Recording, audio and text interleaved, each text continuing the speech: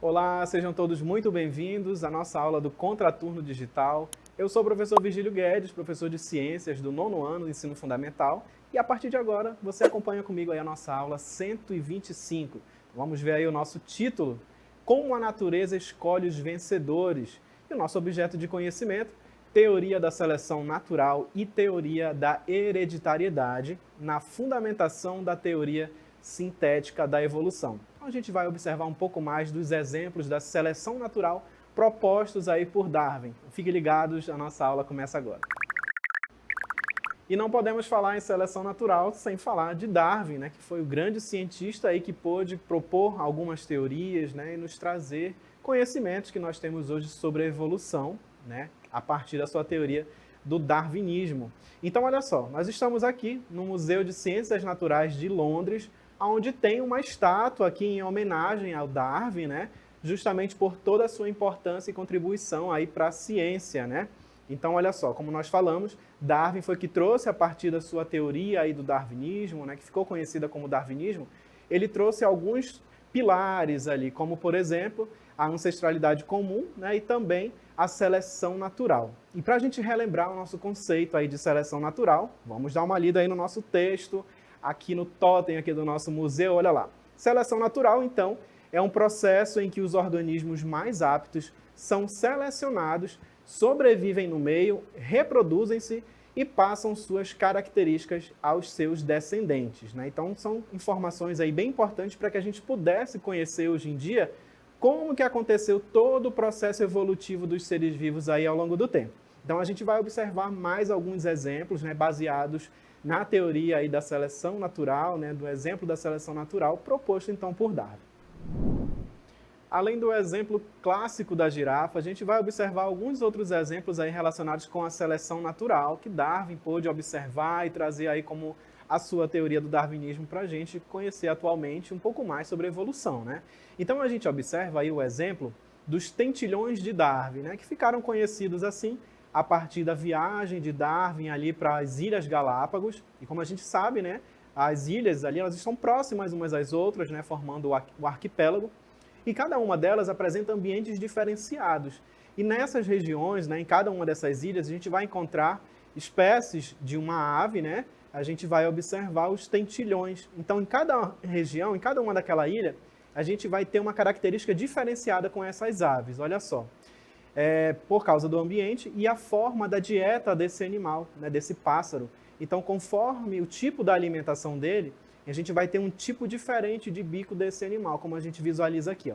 Então, você está vendo aqui nessa imagem, a gente tem ali uma ave que tem um bico para se alimentar de folhas, como a gente está vendo, né? Mas ali no centro da imagem, aquele tentilhão ali cinza, ele está usando uma ferramenta. Então, pode ser que ele esteja usando ali um graveto, né, um galho de uma árvore para retirar um alimento de um determinado local ali para ele conseguir se alimentar. Temos os que se alimentam de frutas, como a gente visualiza ali. Os que se alimentam de larvas, olha o bico dele diferente para ele conseguir retirar essa larva de um determinado local, né? Os que vão se alimentar de sementes, como a gente pode visualizar ali no centro da imagem.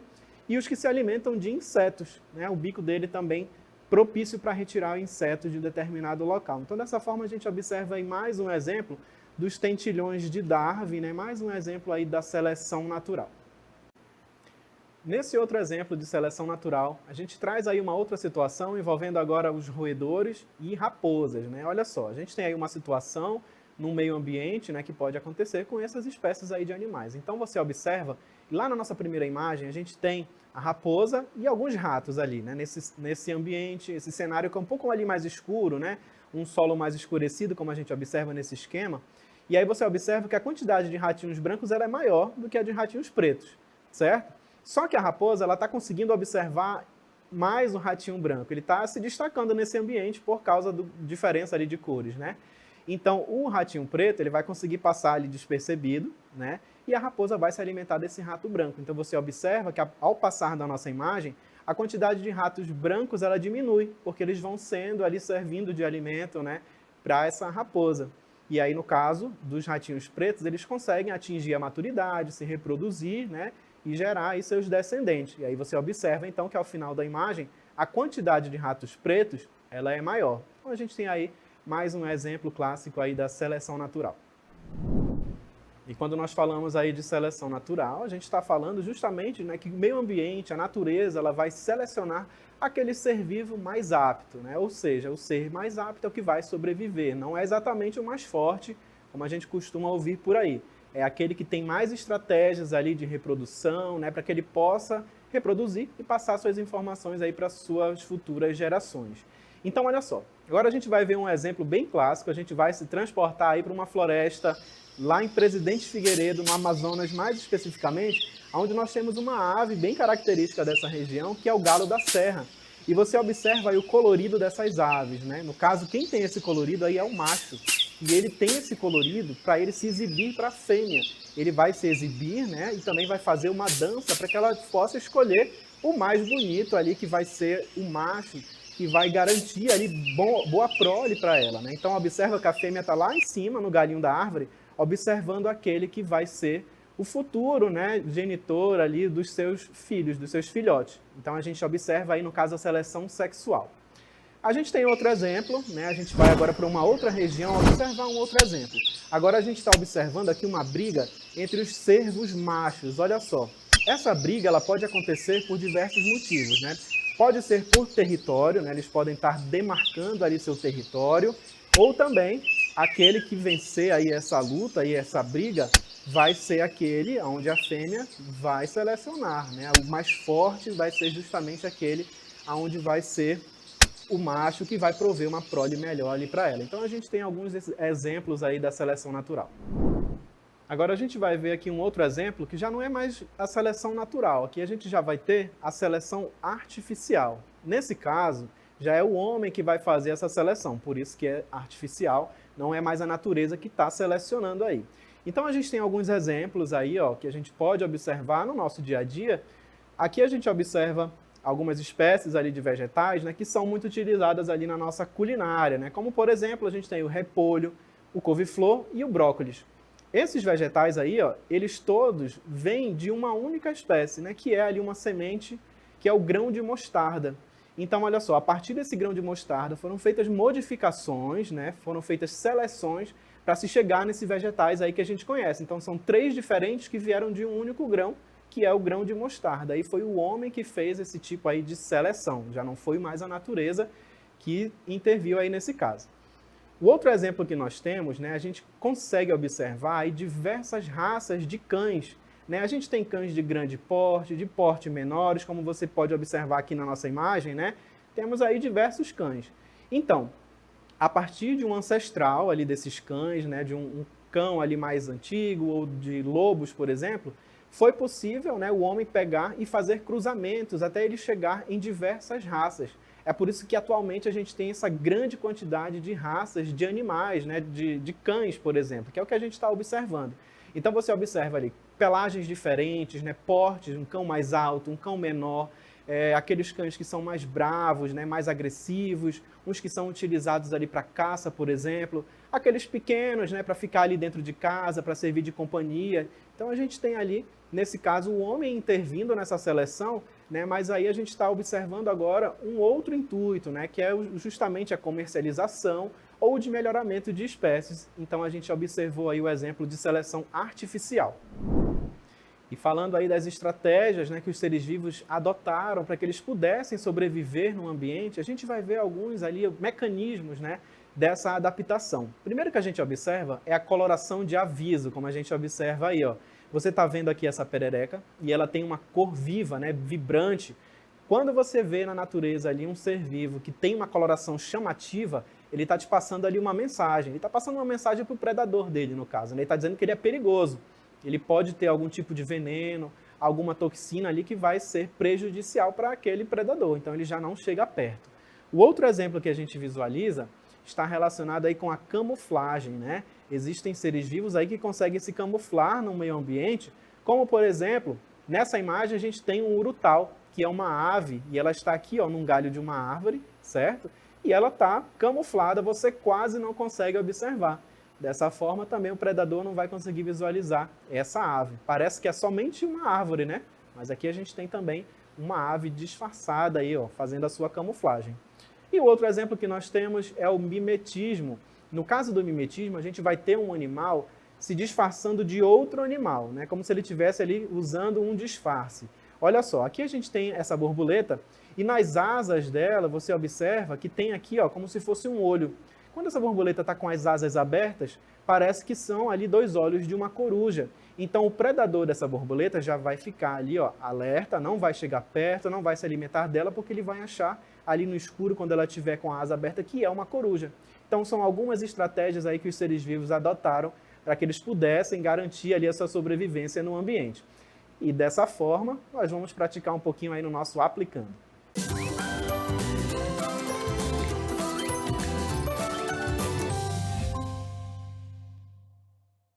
E agora nós vamos observar aí a nossa questão do aplicando.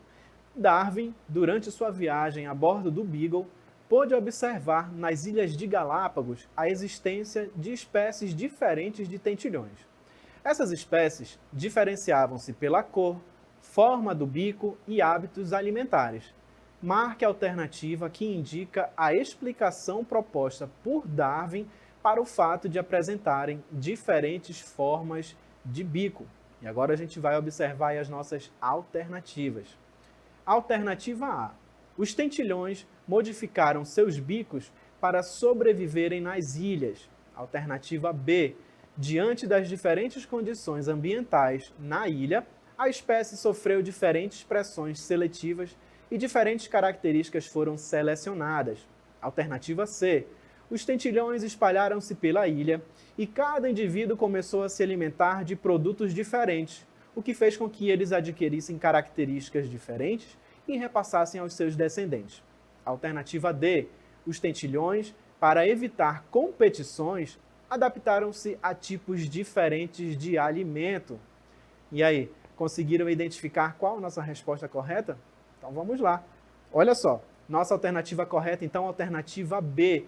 Diante das diferentes condições ambientais na ilha, a espécie sofreu diferentes pressões seletivas e diferentes características foram selecionadas. E esse conceito, aí essa resposta, ela vem de encontro aí ao nosso conceito de seleção natural. Vamos confirmar aí no nosso gabarito comentado. Então, olha aí, você pode observar que nós temos o seguinte, né, no nosso comentário. As diferentes pressões sofridas pelos tentilhões ocasionaram a seleção de caracteres diferentes, o que permitiu o surgimento de novas espécies. Então, como a gente pôde observar, o meio ambiente ele vai fazendo uma certa pressão nas espécies de seres vivos ali, e esses seres vivos precisam adotar ali algumas estratégias para que eles consigam sobreviver. Nesse caso aqui, ó, foram selecionados aqueles tentilhões com caracteres diferentes, o que permitiu o surgimento, então, de novas espécies. E como nós vimos na nossa aula, temos lá tentilhões com características diferenciadas, né, de cores, formato do bico, porque isso está relacionado com a sua dieta. Então, cada um deles vai se alimentar de algo diferente. Então, ele vai precisar de um bico, que é uma ferramenta, né, para ele poder se alimentar, um bico diferenciado. Então, essa aí foi a nossa questão do aplicando. Parabéns aí a quem acertou. E vamos agora para as nossas considerações finais. E agora nós vamos relembrar aí os principais tópicos que nós estudamos na nossa aula de ciências, onde nós falamos sobre seleção natural. E a gente começou essa aula, né, lá no museu, onde a gente pôde observar aquela estátua de Darwin, né, que é considerado ali muito importante para a ciência, justamente por causa dos seus estudos sobre evolução. É ele que nos trouxe ali esse conceito, né, de seleção natural. E a gente falou também sobre alguns exemplos, né? A gente viu os exemplos lá dos tentilhões, que têm bicos diferenciados de acordo com o seu alimento, e também falamos daquele exemplo dos roedores, né, e da raposa. Nós também vimos nessa aula sobre a seleção sexual, né? São alguns dos mecanismos aí que as espécies de animais, de seres vivos, vão adotar para que elas consigam se destacar ali no ambiente e sobreviver. No caso da seleção sexual, a gente tem ali os machos com essa coloração, justamente para atrair a fêmea e eles poderem acasalar, certo? Nós também falamos sobre a seleção artificial. Nesse caso, já não é mais a natureza que está envolvida ali com essa seleção.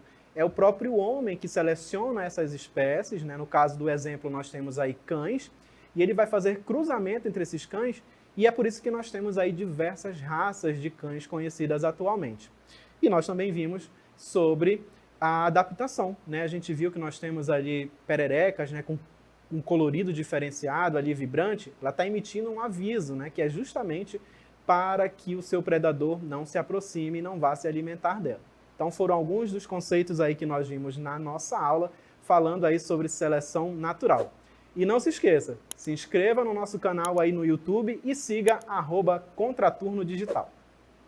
E essa foi mais uma aula do nosso Contraturno Digital. Muito obrigado aí por acompanhar e até a próxima!